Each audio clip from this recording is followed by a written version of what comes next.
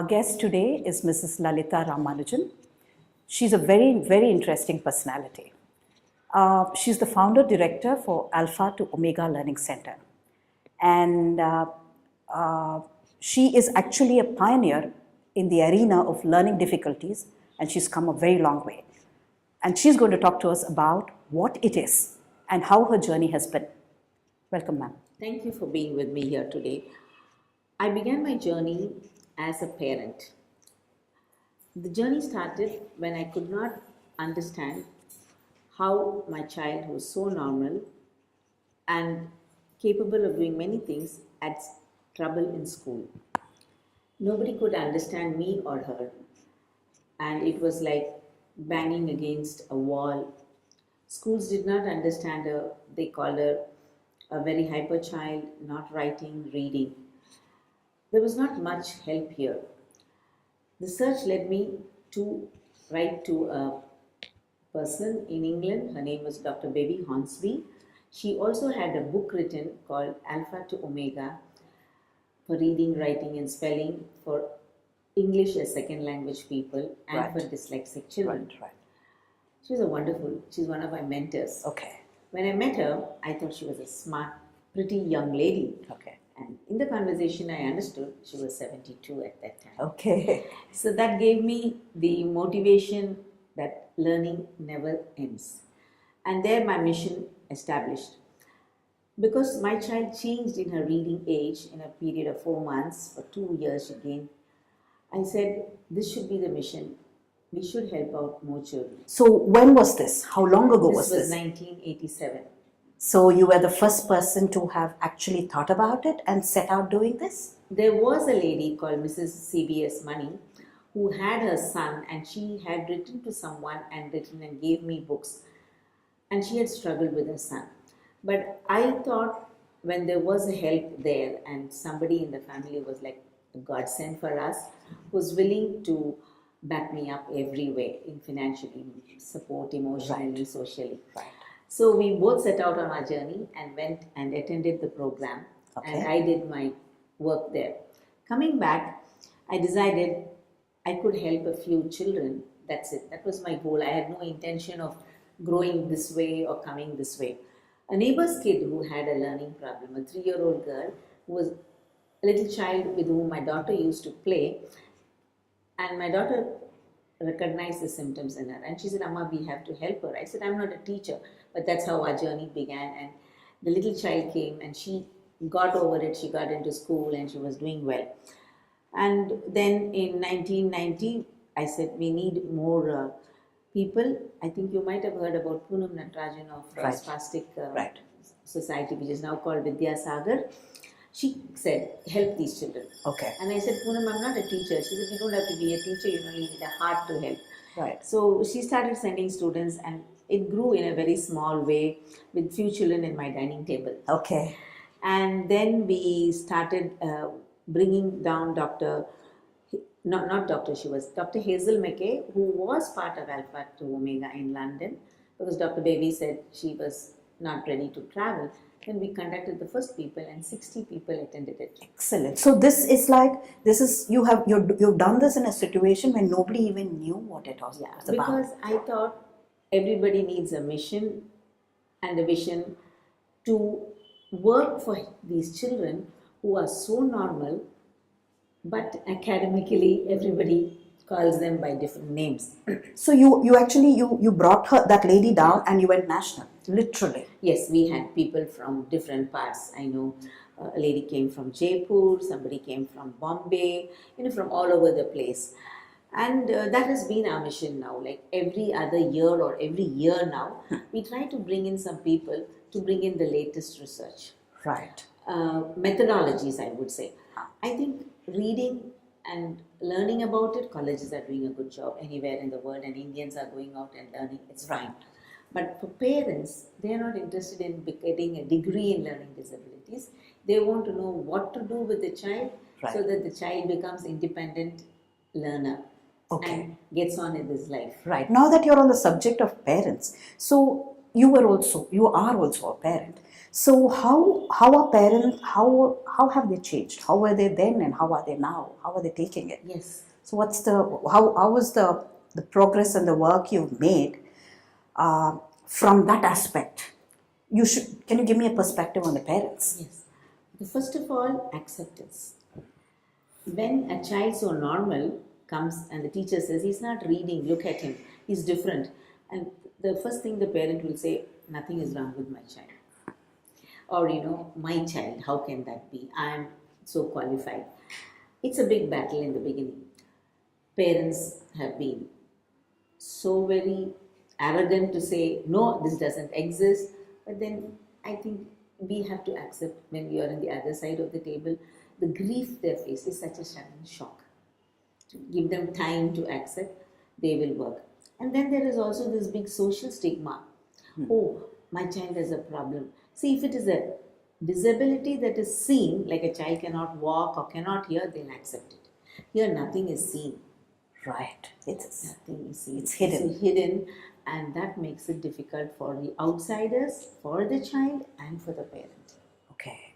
So how see you have coped with it as a parent. So how are parents coping with it in your experience now? It is improving. Okay. Many parents have accepted it. They are willing to accept the child, look at his strengths, where areas they can excel in. It need not be only a doctor or an engineer or a computer engineer.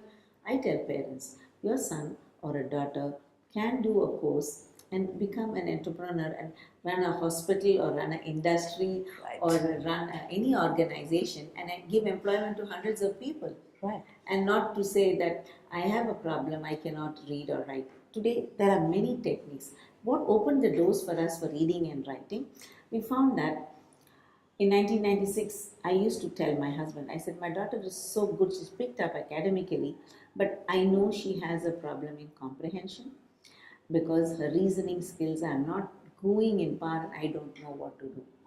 And it was a godsend again. I got in touch with I accidentally came into Rowan Frohenstein's instrumental enrichment program, where he talks about the belief system a parent must carry and look at the potential of every child. And see, there's immense propensity for the child to grow. Don't say this is all they can do. Okay. Sky is the limit. Sky is the limit. That's important. So the parents should be open to the fact that the sky is the limit. So in that sense, have the parents been more accepting? Do you have to work harder or it's okay? Now it is so much easier. Like parents will say, oh no, we know what you're saying, we will work on. Okay. And we can, because they see the change of children who have gone through us and achieved high. Okay. Because we feel every child can achieve high. You have an both international and a domestic perspective. So how are parents, what is the acceptance level? How do they deal with it both outside of the country, and how do we fare when we compare ourselves with them in India? Initially, when we started working in India, people said, oh, dyslexia is something foreign to us. It is not there. But gradually over the years, I think people have become aware, the medical field, the colleges, the schools, so many organizations have been working in it, the NGOs. So they have created a greater awareness and parents are now more willing to accept. But the first time when it hits a parent anywhere in the world is the same. The grief that comes to them, God, why my child? Or what did I do wrong? Right. These are the questions that they ask. But the level of acceptance now in India or anywhere in the cities we go across the country, the acceptance level is more. Okay. It is amazing to see the lower socioeconomic people who did not stress on education, and when they see the child is having a problem, are willing to accept and work. So you would say a city-bred person has far more mental block than a person who is a first-generation learner? Because there is no social stigma in them. Here they are saying, what will say? They say, my brother's child is studying well, or my neighbor's child. They don't come, they come wholeheartedly. Right. And they say, whatever you do, let my child become better. Okay. That is so heartening to see them come forward. That's true. And now can you just talk about what is this educational therapy you're talking about? Yes. When we started the journey, we were looking at academic area. We called ourselves remedial therapist. We were focusing on the pre-skills for academics, like the early intervention program we had, and it worked well. But as I said, we came upon a cognitive therapy program which was developed by an Israeli professor.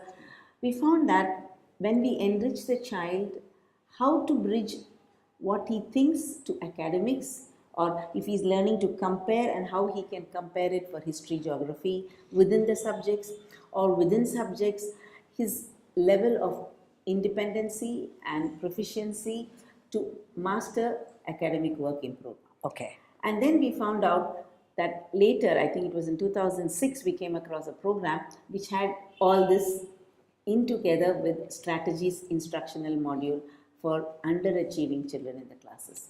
When I say underachieving, I'm not talking specific of one term of learning disability. It is a broad term, learning disability itself. Here, any child who is not getting the good grades, how do we get them better? Who's not performing well in class. Okay. Or somebody who's getting 60, how do you make him get 90? That's what parents want. Right. Today they say the world is competitive. Or somebody who's getting 30, how we can make that child get higher grades. Right. So right. there are techniques that we can take in. Right. But these techniques are research based, but they are not 100% Indian. So we have to be very careful in choosing. We should see it's not culture bias. So we cannot take a Western thing and swallow it. We have to adapt it. Right. And that is what we have been doing, and we found the results very good. Okay. Because it involves giving them all the foundation skills for academics. Okay. So now, where do you see us as Indians, or nationally? What do you see the path for us in dealing with this learning disability? The first great thing is the law has taken LD into consideration. Yes. And coming up with help for the children, like accommodations. Accommodations are important, but it should not be misused. As right. a parent, you will understand right. that. If a child has got a problem, we have to help him. We have to give him certain coping strategies to help him. But that should not be a way to get over something and override it. And also, could you please add something about it? A parent should not feel ashamed about using the provisions that the law is giving if the child requires it. But yes, they must know what is required and how to use it appropriately. Right. Not using illegal ways to get it, because that is something going to stay in the mind of the child always. It is not 100 marks. If the child gets 60 and gets to be a first-class citizen, he will be fine in life. Right. So, what do we want from the child? Is it just a degree, or how he is going to deal in life? So, our aim in bringing in education is to make the child achieve better, to think, to solve problems, to be a good decision maker, right. and learn. Right. So, I would like us to conclude, ma'am. So, what would you like parents, what would you like to tell parents who are grappling with this problem and their children?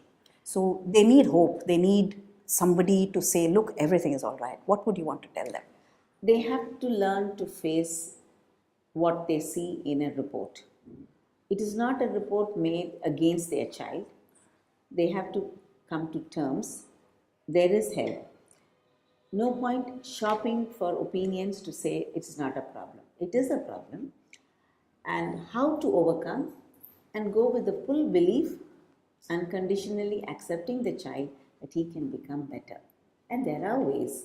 If we work systematically, we can make him a much better. And sky is the limit for these children to achieve. Thank you so much. It's been such a pleasure talking to you, ma'am.